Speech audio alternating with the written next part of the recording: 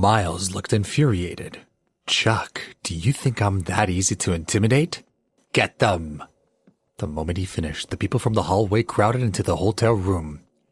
Miles had more than 20 people versus Chase, Chuck, and his one other bodyguard. The hotel room was cramped. The tight confines were the only things keeping Chase and Chuck from being immediately overrun. Shouts of screams filled the room as Chuck and his comrade fought Miles' men. In moments, men were lying on the ground, groaning in pain. The fight paused as the thugs hesitated. Miles looked at the messy scene and screamed at Chuck with an ugly roar. There's no winning. I have an army compared to you. Chuck didn't even look at Miles and the others. He just respectfully stood beside Chase and asked in a soft voice, Mr. Rothman, this suit should connect to the one next door. You take your wife and leave matters here to us. Chase's brows rose when he heard that. If he held any mistrust on Chuck before, now his loyalty was cemented. Miles was clearly angry. He hadn't expected his rival to risk his safety for such an unassuming, disheveled man. The fire rose in his heart. You want to leave? None of you will be walking out of here today. Since you encroached on my territory, we'll sleep Lauderdale clean out of your little gang. Chuck kept Miles' attention while Chase picked up Celia and edged toward the door. If it came to a fight, Chuck and his men would succumb to the numbers. Seeing this, Jason, who had been scared witless, mustered his courage. He rushed towards Chase, who was carrying Celia all by himself. Now that everybody was looking at Miles, Chuck wouldn't be able to protect Chase from an attack from behind. Now was his opportunity to teach him a lesson. Jason swept his foot to kick Chase's legs out from under him. Where do you think you're going? Are you trying to escape now that the fun's begun? Chase stumbled to the side and stared hard at his rival. Jason had no doubt that Chase would beat him senseless, given the chance. He was so shocked that he didn't dare make another move. Seeing this, Miles laughed derisively. Mr. Young, is that trash scaring you? At that moment, Chuck darted forward and punched Jason in the jaw. The man fell backward onto the hotel bed. However, Chuck couldn't vent his anger on Jason, or Miles' men would move in and overwhelm him. Jason sat up and cursed with a pained voice. This piece of trash! How could I be afraid of him? He needs other people to do his fighting for him. Miles laughed out loud. He looked at nearly everyone as if he was looking at bugs. Mr. Dennis Young is a powerful man. The same can't be said for his nephew. Tell me, do you want me to deal with this loser, or do you want to take him yourself? Jason rubbed his jaw and abandoned his pride. Get him! Chase felt calmer than he had expected. His face remained even. Are you stupid? Miles was still pushing through his men toward Chase. Or do you know you're beaten and you've given up resisting? Chase's face remained stoic. At Miles' words, he suddenly chuckled and said indifferently, I'm just thinking about how I used to be scared of guys like you. All three of them, Miles, Jason, and Dennis, laughed as if they had heard the funniest joke in the world. You still think you can win? You're talking nonsense, and if you're not scared, you're just crazy. Jason sneered. As for Miles, he grinned and said, Man, before you speak, think really hard about this. The only thing that's gonna get you out of here alive is my goodwill. So what'll it be? Dennis's heart was impatient. He didn't want this standoff to go on any longer. With Celia's body still in the room, he had unspeakable plans. Miles, stop spouting nonsense and throw them out. If you got business with these guys, finish it outside, but leave the woman here. Yes, sir, Miles told him. He clenched his fist and walked towards Chase with murderous intent. On the receiving end of the stare, Chase was still unfazed. He didn't even look at Miles. He quietly took out his cell phone and said into it, Mr. Zimmerman, do you hear what your son-in-law has been saying? What? Everyone was stunned, especially Miles, who wanted to throw some punches. When he saw Chase take out his phone, he hesitated. Who are you talking to? When Dennis heard these words, son-in-law and Mr. Zimmerman, he already knew. Without a word, Chase turned on his phone speaker and handed it to Dennis. Bastard! The roar came from the other side. How dare you take advantage of your position, the position I put you in, and use other people's needs for your own sick games? You're a fucking disgrace to your profession and your family name. The voice was rather hoarse from shouting, and in it carried an unarguable power.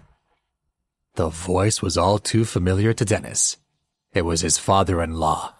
Suddenly he felt very sick. This is all a misunderstanding.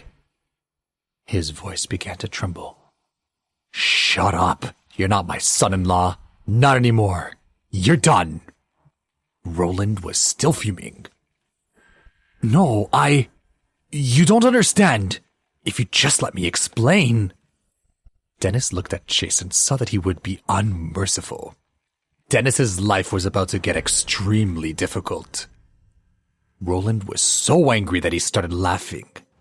I'm telling you, if you've angered Mr. Rothman or his wife, I will personally make sure nobody ever hears from you again. What? Who? Why? His voice continued to tremble, and he looked at Chase, scared speechless. Quiet! Roland ordered harshly from the other end of the phone. Almost reflexively, Dennis hung his head and looked at the ground, and at the same time, Jason, who was standing beside him, mirrored the action. Between the whine, the action, and the phone call, they were both in a complete daze. What kind of reversal is this? Nobody's above me, Dennis thought. Nobody except my father-in-law. He felt like an ant at the moment. At least Jason was below him. Dennis took preserved pride in not being the lowliest person. Apologize immediately. Roland's words stabbed into their hearts. Otherwise, the Zimmerman family will disown you, and you'll never practice medicine again. At this moment, Dennis was extremely scared. He hadn't expected his indiscretions tonight would come back on him so quickly. At least half of his life had been carefree thanks to his influence. Wherever he went, people would address him as Mr. Young or Dr. Young. However, it was now clear that all of this was thanks to the Zimmerman family. With support from them, he had been able to rise to the top. Without them, he was nothing. If he was disowned from the family, his own prestige would disappear. What would he do if every hospital in the entire country stopped working for him?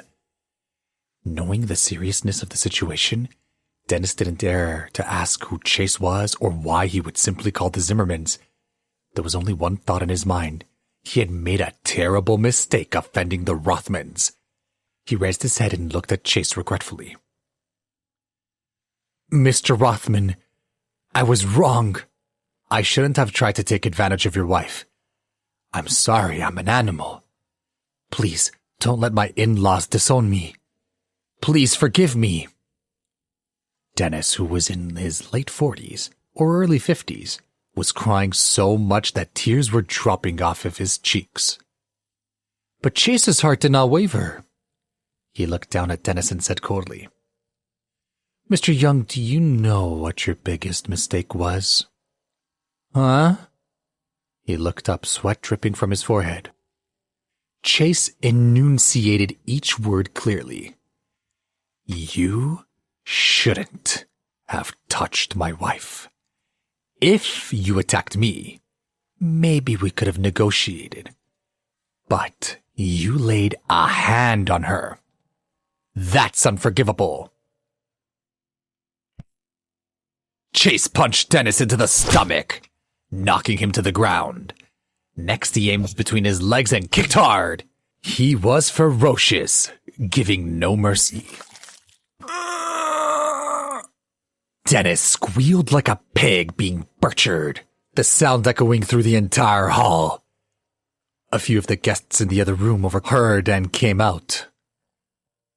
However, everyone saw that there were so many tough-looking people in the corridor, so nobody asked too many questions. Dennis curled up on the floor, moaning miserably. Chase's ferocity scared the hell out of Jason and Miles, and they didn't dare say a single word. Jason didn't want the attention to be drawn out of his role, and Miles was just a third-rate punk. In their eyes, Roland Zimmerman was the real deal, the real power, and his influence set Chase above everyone else.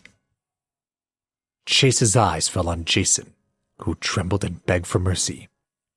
"Mr. Rothman, you and I know each other. Can we work something out?" Chase didn't say anything this time. He walked over to where Celia laid and picked her up from the floor.